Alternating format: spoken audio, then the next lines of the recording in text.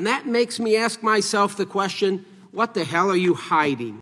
I don't know that I have the figure you don't have in it? my Okay, head, fine. but Chris Wray did not see this one coming, and honestly, the look on his face said it all. Because when a member of Congress asks a simple question and the FBI director suddenly forgets how to speak English, you've got to wonder, what on earth are you hiding? And trust me, by the end of this video, you're going to be asking that same question. What the hell are you hiding? Probably louder than Troy Nehls did. But before we jump into this absolute congressional beatdown, real quick, if you believe truth shouldn't be partisan, go ahead and hit that like button, subscribe, and drop a comment below, because this brand new channel is all about bringing you the debates the media hopes you're too distracted to pay attention to. Alright, let's get into it. Troy Nehls came into this hearing loaded like a man who had done his homework, drank 3 coffees, and was ready to risk his entire political career to get answers. And the moment he turned his attention to one very familiar name, Ray Epps, that's when the atmosphere in the room shifted. I want to turn my attention now to this fella, this character, Mr. Ray Epps. He was encouraging people the night prior and the day of to go into the Capitol. Play the clip, please. You could feel it. The committee members felt it. And Chris Wray? Oh, he definitely felt it. Now, if you somehow missed the last 3 years of internet arguments, memes, documentaries, Twitter threads, and Thanksgiving family debates, Ray Epps is the guy who was caught on video the night before January 6th and again the morning of, encouraging people to go into the Capitol, not walk around it, not protest outside, go into the Capitol. And naturally, Troy Nehls said what millions of Americans have been asking since these clips first hit the internet. Why wasn't this man arrested? Roll the tape. This character, Mr. Ray Epps, we've all heard of him.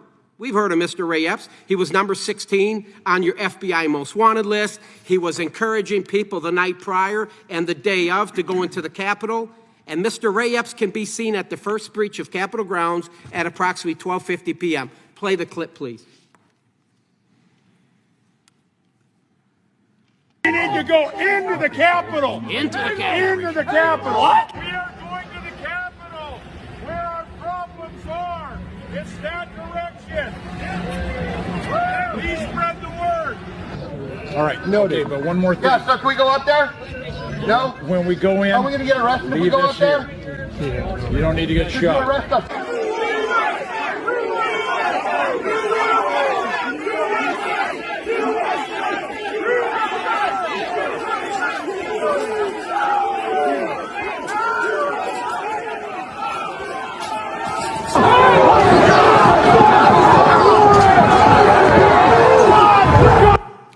There he is, breaching the line, going in at the first breach into the Capitol grounds, the restricted area. Mr. Ray, you have arrested hundreds of people related to January 6th. You hear that, you see that, and whether you're left, right, or politically allergic, you can't help but say, that looks pretty bad. And Troy didn't stop there. He pointed out another detail, something strangely underreported. For a while, Ray Epps was actually on the FBI's most wanted list for January 6th, number 16, top of the page, right there with people who broke windows, got violent, or stormed the building. But unlike them, he was quietly removed. No charges, no arrest, no perp walk, just poof, gone. Tell me that doesn't raise an eyebrow. And the kicker, at the time of this hearing, which happened after the January 6th committee released its final report, Ray Epps still hadn't been arrested. Meanwhile, people who never stepped foot inside the building were getting months, even years, of federal charges. Let's put that in perspective the same way Troy Nehls did. He listed 3 people, Cowie Griffin, Rachel Genko, and Brandon Straka. None of them went inside the Capitol. None of them assaulted anybody. They were on restricted grounds, yes, but so was Ray Epps. They yelled things.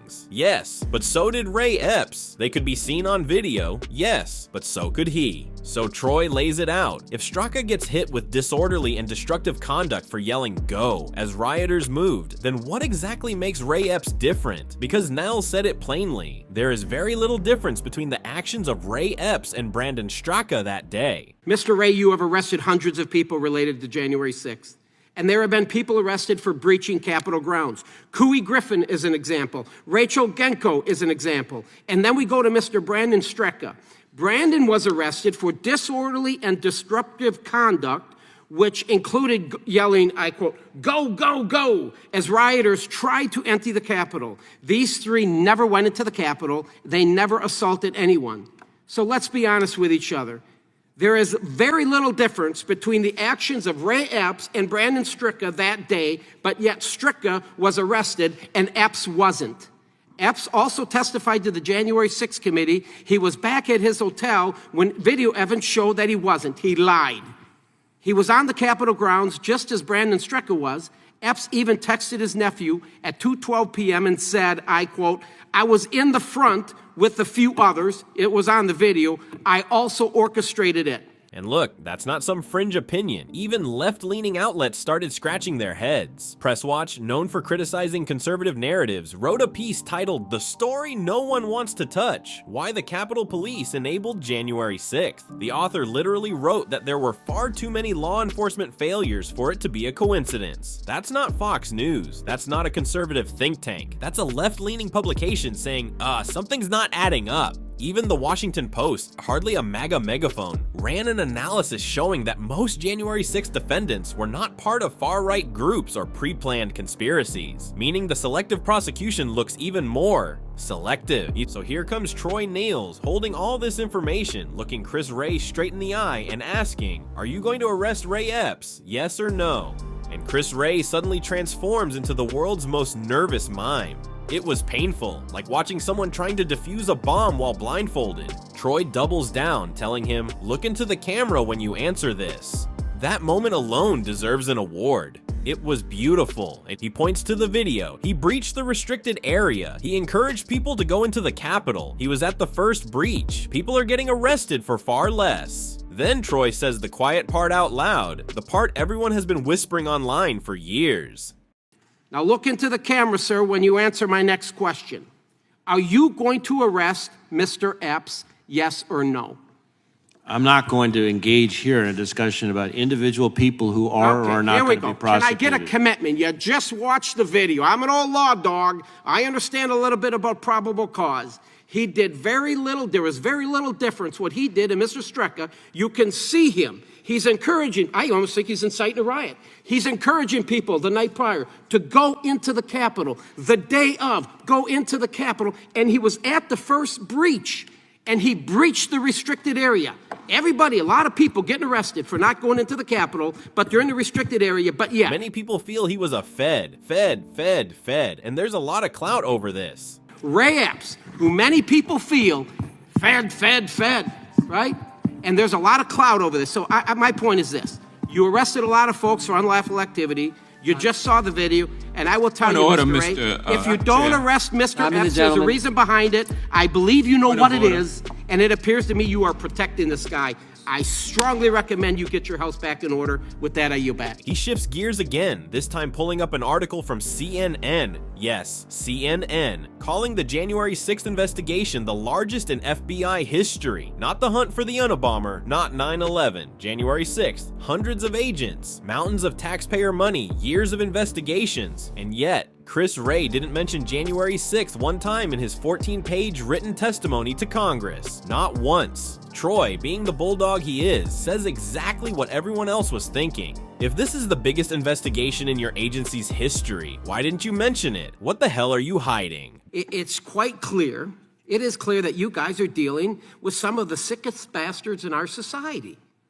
I have an article here from CNN in January 2022 calling the January 6th investigation the biggest investigation in FBI history.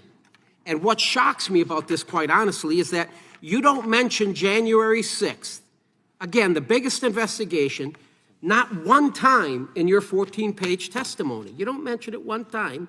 And that makes me ask myself the question, what the hell are you hiding? Boom! Direct hit. Then Troy asked the question every taxpayer should be asking. How much money has been spent on this? Chris Wray, what supposedly the most informed man in the room, says he doesn't know. So now let's get into the money, Mr. Wray. How much taxpayer money has been spent on January 6th?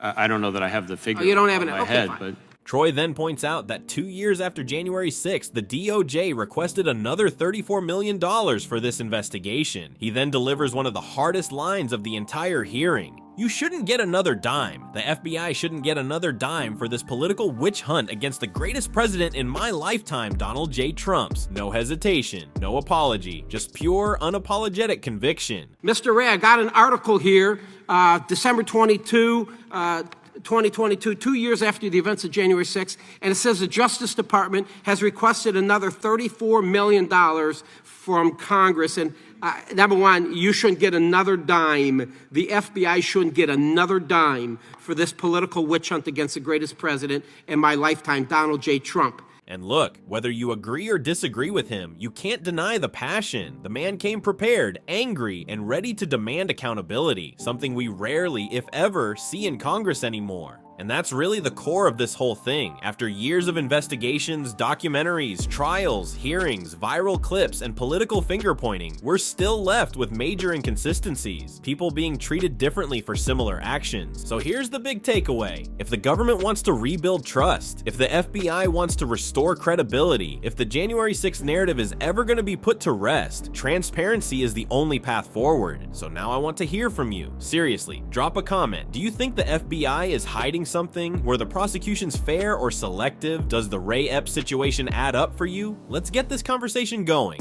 And of course, don't forget to like, subscribe, and hit the notification bell so you don't miss the debates and stories the media hopes vanish into the shadows. Keep thinking, keep questioning, and I'll see you in the next one.